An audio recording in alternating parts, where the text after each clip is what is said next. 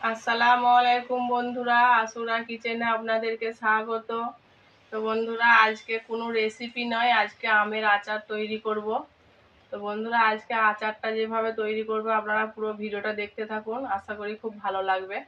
বন্ধুরা, চুলো জ্বালিয়ে হাঁড়ি বস করে নিয়েছি আচারের জন্য।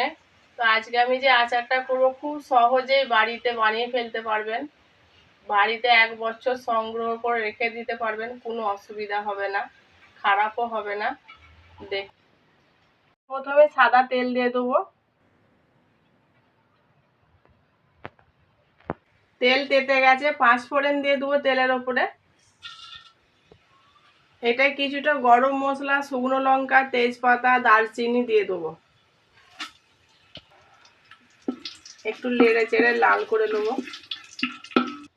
আম ছিলে আমি শুকিয়ে রেখেছিলাম, দিয়ে দেবো।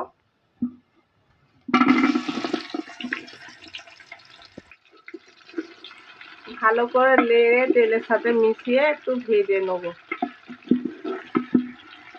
আদা রসুন ছিঁচে রেখেছিলাম, দিয়ে দেবো।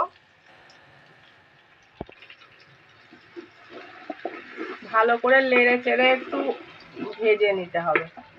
আমের কাঁচা গ্যাসটা চলে গেলে আমটা খেতে খুব সুন্দর হবে আচারটা।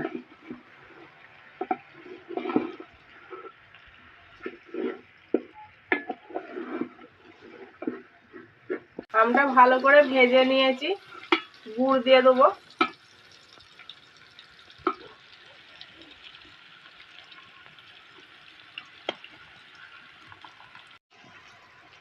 এই সব গুড়টা দিয়ে দেবো।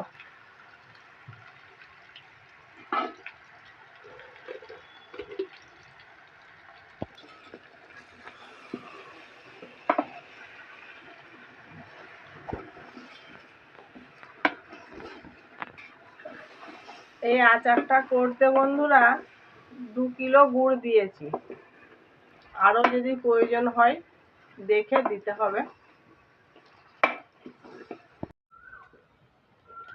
বন্ধুরা, আমি এইভাবেই লাড়তে চাড়তে আচারটা ভালো করে পাক করে নেব। বন্ধুরা, আচারটা আমার ঠিকঠাক রেডি হয়ে গেছে। এই যে দেখেন, এইরকম দানা দানা হয়ে গেলে আচারটা খুব সুন্দর জানবেন হয়ে গেছে। 3 কিলো গুড় লাগলো আমার এই আচারটা তৈরি করতে। আপনারাও আপনাদের পরিমাণ মতো দেখে দেবেন। নামিয়ে নেবো এবার।